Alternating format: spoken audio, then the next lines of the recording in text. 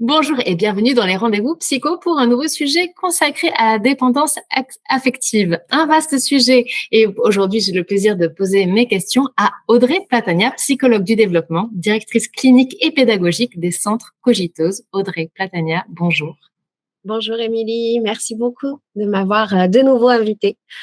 Mais c'est un plaisir de vous recevoir pour traiter de ce sujet bien complexe. Alors tout d'abord, pour mieux comprendre, qu'est-ce que la dépendance affective?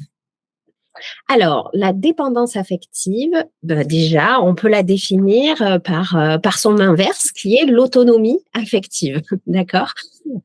Donc, la dépendance affective, en fait, c'est ce besoin existentiel, viscéral, de se brancher au lien, de se brancher à l'autre pour avoir ce sentiment profond de sécurité dans notre vie. Donc, en fait, cette dépendance affective, elle est liée à une forme de conviction, de croyance profonde qu'on ne peut pas se débrouiller seul, qu'on ne peut pas être autonome, que sans l'autre, la vie va être trop difficile, trop complexe, que le monde est trop dangereux et que surtout, nous ne serons pas à la hauteur des enjeux de cette vie-là. Donc, dans la dépendance affective, il y a aussi une forme de manque profond de confiance en soi, où on a la sensation que l'autre sera de toute façon plus fort, plus apte, plus capable. Il y a un vrai sentiment d'inaptitude à vivre seul et à se confronter aux enjeux de la vie de manière autonome. Hein. Donc, ça peut vraiment se traduire par des personnes qui fuient, qui ont une forme de fuite de toute responsabilité. Je peux pas conduire seule, je peux pas aller au resto tout seul, je peux pas prendre une décision seule. Des personnes qui vont vraiment avoir cette quête perpétuelle de demande de validation extérieure, hein, et puis aussi profondément ce besoin de présence, de réassurance.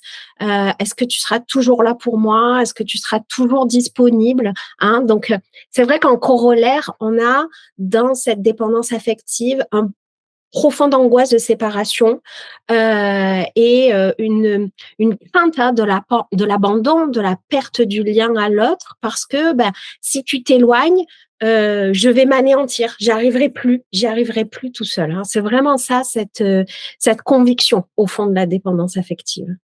D'accord. Et qu'est-ce qui crée cette dépendance, justement? Alors, on parle de schéma en fait. On parle de schéma d'être avec soi-même, d'être avec les autres, d'être avec le monde. Ces schémas-là trouvent leur origine dans ce qu'on appelle le style d'attachement. Donc, on peut vraiment prendre ce cadre-là pour penser les choses, qui est un cadre théorique vraiment puissant, qui sont les théories d'attachement. Donc, quand on parle de théorie de l'attachement, on parle pas d'amour. Hein. C'est pas, j'ai pas été aimée par mes parents ou on m'a pas suffisamment aimée. C'est vraiment un style interactionnel. C'est comment la relation va se tisser entre moi et mes parents, ou en tout cas mes caregivers, c'est-à-dire ceux qui sont là pour prendre soin de moi. Donc, la théorie de l'attachement, on peut la résumer presque à une question, c'est est-ce qu'il y a quelqu'un, est-ce que tu seras là pour entendre mes besoins émotionnels, entendre mes besoins affectifs? Est-ce que tu seras disponible? Est-ce que tu vas tenter d'y répondre le mieux que tu peux? Hein. Donc ça, c'est la première question. Et après, il y a une deuxième attitude parentale qui est essentielle dans le style d'attachement, c'est de laisser après s'éloigner l'enfant. Donc, il y a vraiment ce double jeu dans Mmh. l'attachement qui est de, un, construire la base de sécurité et deux, permettre à l'enfant de faire l'expérience de la vie, de s'éloigner de cette base de sécurité tout en la maintenant disponible, mais de le laisser aller vers l'autonomie, vers l'exploration du monde. Et Et savoir lui donner confiance aussi, pour être autonome, parce qu'il sait qu'il a ce filet de sécurité-là, s'il revient, ça, c'est un peu ça? c'est ça. Et c'est ce qui permet de construire un sentiment juste fondamental en fait dans nos personnalités, qui est le sentiment de sécurité. C'est-à-dire à la fois d'avoir cette sécurité profonde qu'il y aura quelqu'un qui a un lien, et on est tous quelque part un peu dépendants des liens aux autres. C'est ce qui crée cette interconnexion entre nous, mais aussi cette profonde conviction que je peux m'éloigner aussi de ce lien, que je peux le distancier pour aller de manière curieuse explorer les choses, explorer le monde, voilà. Et c'est dans ce double mouvement que va se jouer l'autonomie affective. Euh, donc, en fait, après, on a plusieurs profils, on peut avoir plusieurs dysfonctionnements de ce lien d'attachement qui va amener à plusieurs formes de dépendance affective. D'accord. Mais la base, c'est vraiment le schéma parental, du coup, et cet attachement, la base, on va dire le socle global. J'imagine qu'après, il y a plusieurs cas de figure. Ouais. On a dit que c'était complexe comme sujet. Ouais, c'est complexe. C'est complexe parce que il y a en effet des schémas préférentiels, c'est-à-dire qui vont s'activer en vous et qui sont très archaïques, donc très liés en effet à des schémas précoces au niveau de votre lien à vos parents. Mais après, et heureusement, on a une plasticité qui fait qu'on va construire d'autres schémas avec d'autres personnes et on va disposer en fait de différents types de schémas d'attachement. D'accord. Et selon la personne, selon le contexte, selon la situation, on le sent d'ailleurs, on va se retrouver soit dans des schémas où on se sent bien, on se sent en sécurité, et un jour on va rencontrer une autre personne et on va pas se sentir à l'aise, on va se sentir justement dans cette dépendance affective, voilà, parce qu'en fait, on a à disposition plusieurs schémas, même si on en a des préférentiels, des qui vont s'activer de manière plus automatique, des schémas plus archaïques. Voilà. D'accord. Donc, dans la dépendance affective, si je poursuis sur notre sujet, la dépendance affective, elle peut être du coup la conséquence de plusieurs types de dysfonctionnements dans ces liens d'attachement. Soit en effet, on a eu des parents qui ont eu eux-mêmes du mal à répondre à nos besoins affectifs. Donc, du coup, c'est la base de sécurité qui est fragile. Donc, en fait, on n'est jamais sûr de cette sécurité affective parce que le parent a été lui-même pris par une dépression, des carences, des défaillances, des préoccupations qui font qu'il n'est pas vraiment présent aux besoins émotionnels. Des parents qui peuvent être dans une forme d'attente, d'exigence parentale trop important par rapport à l'enfant. Et là, le message, c'est plus du type, pour que je sois là, il faut que tu sois comme ça. Donc, du coup, on attend quelque chose comme je peux pas être moi-même, il faut que je me transforme, il faut que je sois de telle et telle manière pour avoir la sécurité affective, donc quelque chose lié plus à l'estime de soi et à nos parts de personnalité qu'on va transformer quelque part pour essayer d'avoir ce lien affectif. Donc ça, c'est des dysfonctionnements plus liés à des failles au niveau de notre base de sécurité. Et puis après, il faut avoir toute une cohorte de personnes qui ont une base de sécurité solide, on va dire, qui disent d'ailleurs qu'ils ont une enfance heureuse, qu'ils ont un lien très fort avec leurs parents, que tout s'est bien passé avec leurs parents, et qui pourtant sont dans cette impossibilité de s'éloigner de cette base affective. Ils sont dans un besoin constant de réassurance, de collage à la base affective. Pas vouloir quitter le cocon ou c'est encore autre chose Oui, alors ça peut être ça, en effet. Donc là, on est plus dans des parents finalement qui sont eux-mêmes insécures et qui voient le monde comme trop menaçant, trop dangereux et qui, de manière parfois très subtile, souvent très subtile, dès que l'enfant va s'éloigner un petit peu, va prendre un peu d'autonomie, on a peur, on est insécure, donc on va prendre les décisions à sa place, on va devancer les besoins de l'enfant, on va anticiper, on va faire des choix à sa place, on va le conseiller parce que non, tu devrais pas faire ça parce que c'est trop risqué, moi à ta place je ferais ça. Enfin, il ne transmet plus l'autonomie dont il a besoin en fait. Voilà, l'autonomie et cette profonde confiance en la vie en fait. Mmh. C'est 3 niveaux de confiance, hein. C'est la confiance en les autres, je serai toujours là pour toi. La confiance en soi, je serai toujours là pour toi, quelle que soit la personne que tu sois. Et Ouais. la confiance en la vie, tu peux aller vers la vie parce que aussi la vie est pleine de plaisir. Oui, c'est une prise de risque. Oui, c'est dangereux. Oui, tu vas avoir mal. Oui, tu vas te casser la figure. Mais en fait, ça vaut le coup. C'est la vie. Voilà. Donc, il y a dans la sécurité affective, dans cette autonomie affective, d'insuffler à l'enfant ces 3 niveaux de confiance. Et Mmh. selon la difficulté parentale ou l'insécurité parentale, ben, ça va être une de ces 3 confiances qui va être blessée et qui va créer une crispation, une rétention qui va nous empêcher d'être vraiment, de nous sentir libres, autonomes, capables, aptes d'aller faire nos expériences et de nous débrouiller tout seuls. Ouais, c'est très intéressant ces 3 niveaux et c'est vrai que le niveau 2 interpelle. C'est vrai que de donner de la confiance en soi, c'est-à-dire: «Je t'aime, peu importe la manière dont tu es, je t'aime», c'est, bah, voilà, c'est aussi l'amour inconditionnel et c'est vrai que c'est important. C'est pas aux parents de dire: «Je t'aime si tu es comme ça». C'est, non, c'est l'inverse qui doit se produire. C'est vraiment 3 niveaux, oui, qui ça valait le coup de souligner. Ouais, ouais, Ouais, bien sûr. pardon Émilie, mais c'est vrai que c'est très subtil parce que c'est pas forcément des parents qui disent, «Il faut que mon enfant soit comme ça». Oui, ils veulent pas mal faire non plus. C'est pas caricaturé, c'est beaucoup plus nuancé et subtil que Mmh. ça. En fait, c'est toute la possibilité qu'a le parent d'accueillir les différents niveaux émotionnels de l'enfant. Souvent, finalement, on a ce genre de réponse de manière automatique. «Oh ben tu pleures, maintenant, mais c'est pas grave, mais pourquoi tu pleures? Mais il y a pas de raison d'avoir peur. Oh mais tu es pas beau quand tu es en colère». Et si, ouais, il y a forcément une raison. Enfin, l'enfant, il ressent forcément quelque chose. Faut aller, Mais écouter voilà, cette émotion. il ressent le fait que selon ses registres émotionnels, il a pas le droit quelque part Ouais. d'exprimer certains registres émotionnels parce que, bah, là, on n'est pas satisfait de lui. C'est Mmh. tout ça Ouais, l'enjeu. C'est pas tant: «Je veux que tu sois un bon élève, je veux que tu sois habillé comme ça», c'est pas ça.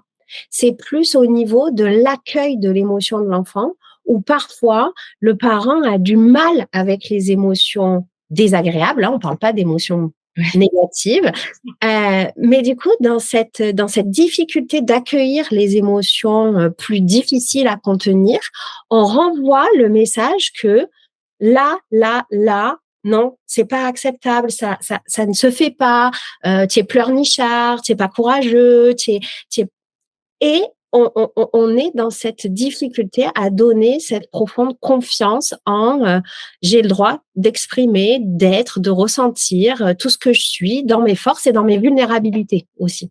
Ouais, c'est très important. Du coup, si on peut donner un conseil, hein, c'est d'être vraiment à l'écoute. C'est que si l'enfant émet, une émotion, il faut l'écouter, il faut savoir, l'entendre et peut-être y répondre au mieux, enfin adresser au mieux, en tout cas, l'inquiétude, c'est qu'il y a forcément quelque chose.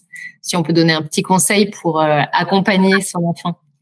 Bah, c'est ça toute l'acrobatie, c'est de pouvoir porter les limites à un enfant, tout en étant dans l'écoute et dans le respect de ses émotions. Donc il ne s'agit pas de OK, tu es en colère et tu as le droit de faire tout ce que tu veux parce que tu es en colère, donc du coup, je respecte ta colère. Mais de poser des limites, de poser un cadre, tout en étant jamais dans une forme de dévalorisation ou de dénigrement de ce qu'il peut ressentir. Ouais, c'est important. Merci. Alors pour parler des conséquences de la dépendance affective, vous avez évoqué tout à l'heure, la demande de validation. Je pense que Ouais. c'est un gros sujet. Quelles sont les autres conséquences, en fait, de la dépendance affective? Si on devait en citer vraiment les grandes dans lesquelles, des personnes peuvent se retrouver, Hem, En fait, cette difficulté, cette insécurité affective, elle peut amener vraiment plusieurs profils parce que, l'enfant va, du coup s'ajuster et se construire autour de ça. Donc on peut en effet avoir des formes de profils heu, où on va être totalement, constamment dans la demande de validation. Donc là, d'ailleurs, on qualifie souvent ces personnes de: «Il a pas de personnalité». Mmh. Parce que ce sont des personnes qui sont complètement collées et dans l'imitation de l'autre, parce qu'ils ont la sensation qu'il n'existe pas, qui au-delà du lien à l'autre. Donc, j'ai les mêmes opinions, je m'habille pareil, je me coiffe pareil, quelque chose de très lissé avec une forme d'anxiété sociale très forte, de timidité, de fuite de l'autre et de besoin d'être dans le collage pour être rassuré. Voilà. Mmh. Après, ce qui est intéressant, c'est qu'il faut avoir le profil complètement inverse. On peut avoir ce qu'on appelle les Ça doit être dépendants. facile, à déceler, Ouais, parce que vous pouvez avoir ce qu'on appelle les dépendants masqués, qui surcompensent leur dépendance affective en, euh, en se montrant continuellement indépendants. Moi, je me débrouille tout seul, j'ai besoin de personne, je demande jamais de l'aide, c'est insupportable. De toute façon, on peut compter que sur soi-même dans la vie. Et ça, en fait, ça signe aussi une vraie dépendance affective qui est compensée par complètement l'inverse sur le plan comportemental. Mais il faut pas s'y leurrer parce qu'en fait, ces personnes-là, au fond d'elles, ont tout le temps peur aussi. Elles ont tout le temps peur de pas être à la hauteur, d'être inaptes. Il y a ce sentiment d'imposture d'ailleurs, de jamais être vraiment légitime. Voilà, donc ça peut être ça aussi. Ça peut être des personnes aussi qui sont dans une forme de contrôle beaucoup de ce qu'elles vont renvoyer aux autres. Donc ça, les dépendants un peu contrôlants, on va dire. Donc c'est plus si je suis le plus fort, si je suis la plus belle, si je suis toujours serviable, si je suis toujours généreuse, si je te donne tout, en retour, tu vas me donner aussi ah tout. oui. Vous voyez? Mmh. Il y a peut y avoir ce profil-là aussi de personnes qui sont dans cette avidité en fait de perfection dans la relation à l'autre, mais en fait dans cette intention, mmh, on va dire affective profonde, d'avoir le retour, et dans cette déception un peu continuelle que finalement c'est toujours décevant les autres parce que ils nous donnent jamais à la hauteur que ce que nous on est capable de donner. Ouais. Vous voyez?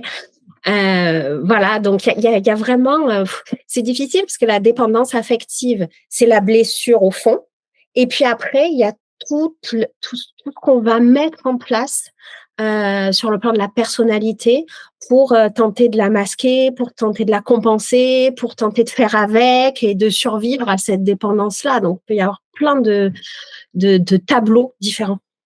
D'accord. Dans la relation de couple, parce qu'on se dit, voilà, forcément, il y a cet attachement-là, mais dans la relation de couple, comment est-ce qu'on distingue l'amour de la dépendance affective? Qu'est-ce qui doit un petit peu mettre la puce à l'oreille en disant, là, c'est quand même fort, quoi. Il y a quelque chose un petit peu au-delà de l'amour. Mais en fait, ça n'a rien à voir avec l'amour. C'est ça. Voilà. C'est vraiment le style d'attachement. Donc, c'est la manière, c'est la demande que vous formulez à l'autre et le besoin que vous ressentez dans la relation. C'est pas le sentiment amoureux. On peut être très amoureux ou pas du tout amoureux d'ailleurs, mais être dans ce besoin constant de demander à l'autre de nous rassurer. Une validation, ouais. Une validation. Donc ça peut être, des personnes qui ont besoin de se référer continuellement à leur compagnon pour prendre des décisions, pour faire des choix, pour gérer leur budget, voilà, dans une forme vraiment de dépendance quotidienne, en fait, pour gérer leur vie. Donc on sent bien la position infantile, hein, dans la dépendance affective à ce niveau-là. Des personnes évidemment qui peuvent être dans une forme de demande de présence continuelle et de cette impossibilité à sentir l'éloignement ou la distanciation, même quand elle est presque fantasmée. C'est-à-dire que parfois l'autre, il est complètement là, mais au bout du 50e message par jour, c'est difficile et il y a une forme d'impossibilité à être, enfin, on n'est jamais rassasié en fait de cette demande de lien et de présence. Donc la jalousie évidemment, d'avoir toujours peur que l'autre s'éloigne, nous abandonne, qu'il aille trouver mieux ailleurs. Enfin, il y a plein de signaux, hein. Ce besoin d'être valorisé, ce besoin d'être encouragé. Redis-moi que je suis la personne la plus formidable et que voilà.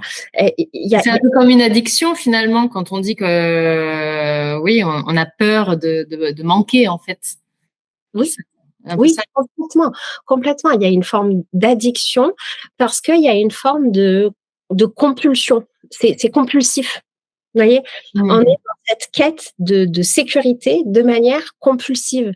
Là encore, hein, c'est une position assez infantile de pas pouvoir patienter, de pas pouvoir attendre, de pas pouvoir supporter la frustration.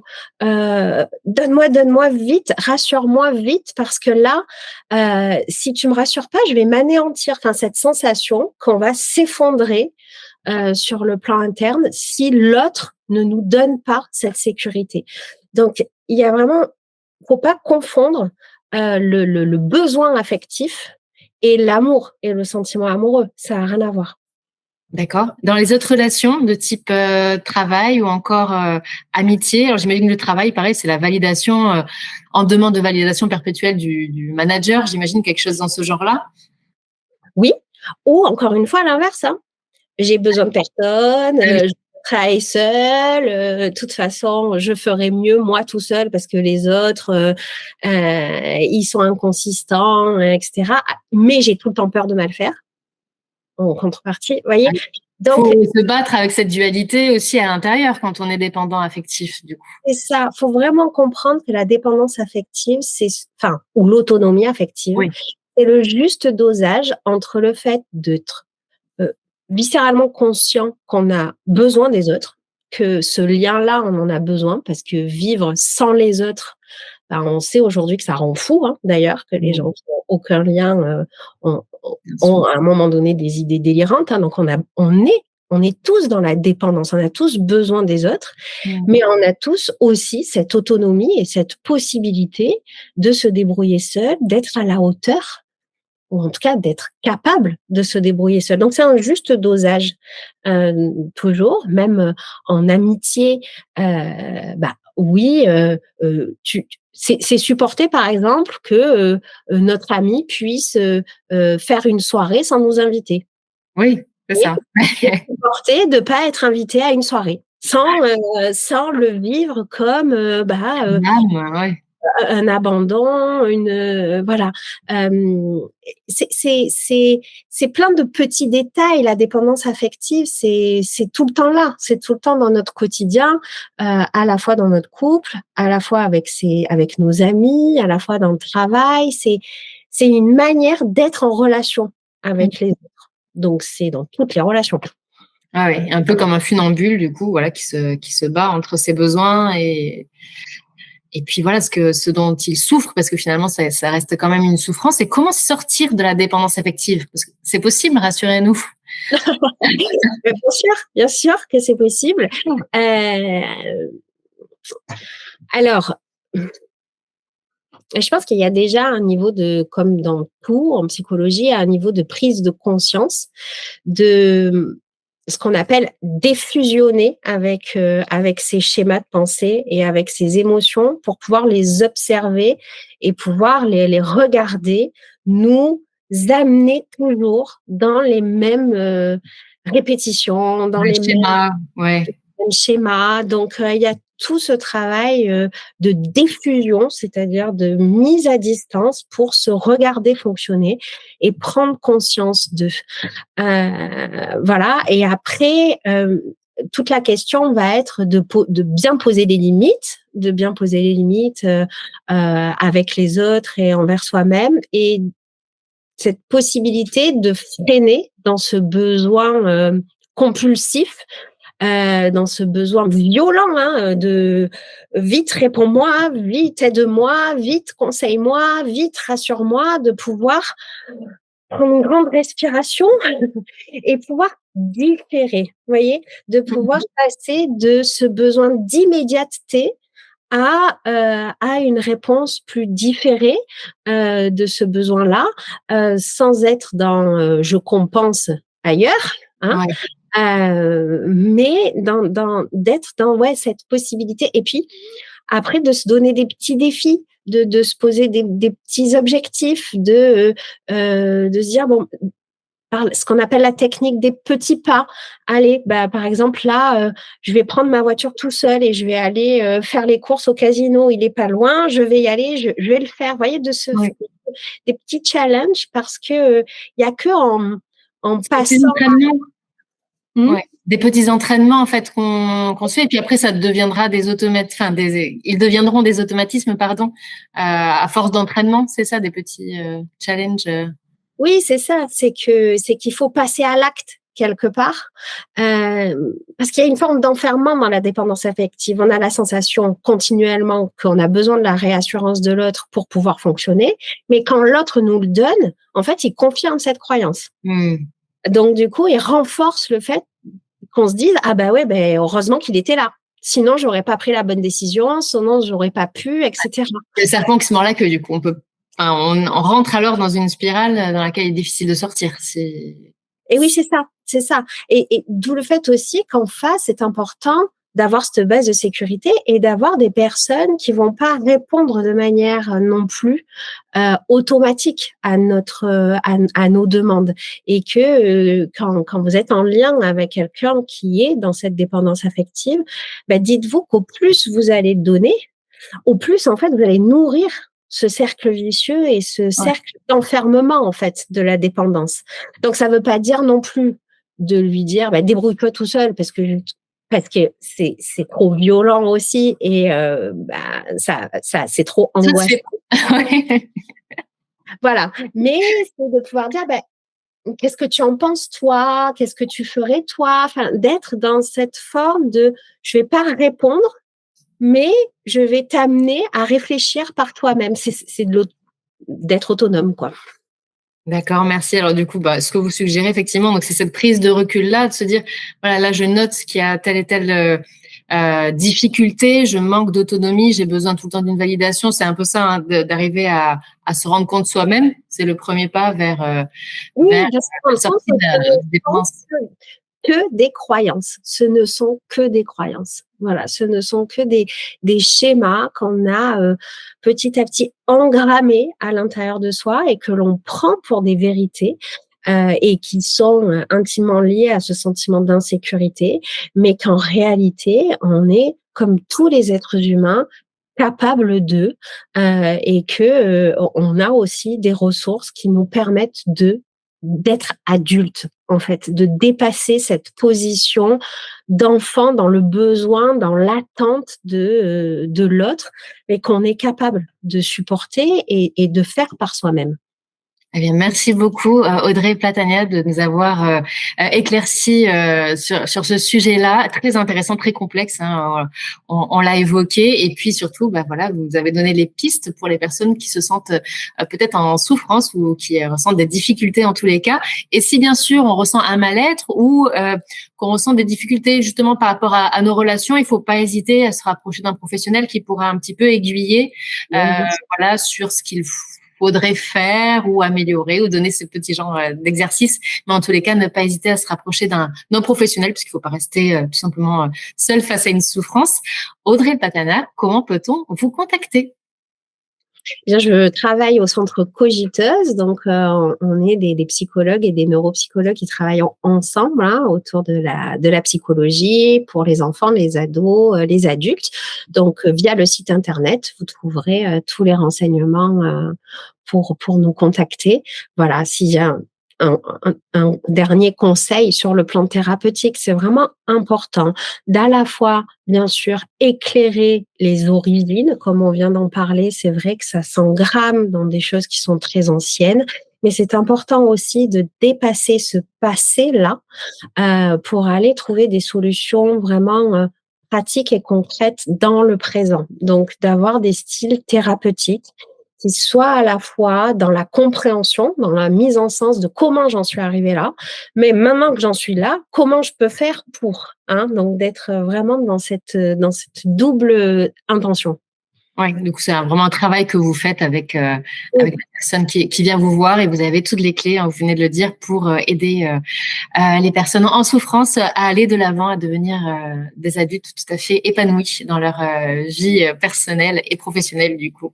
Eh bien, merci beaucoup. Bien sûr, toutes les informations pour contacter Audrey Platina ou l'un des centres Cogitos dans le descriptif de la vidéo. Un grand merci à nouveau merci Émilie, merci, c'est toujours un plaisir. et merci à toutes et à tous. À très bientôt. Au revoir.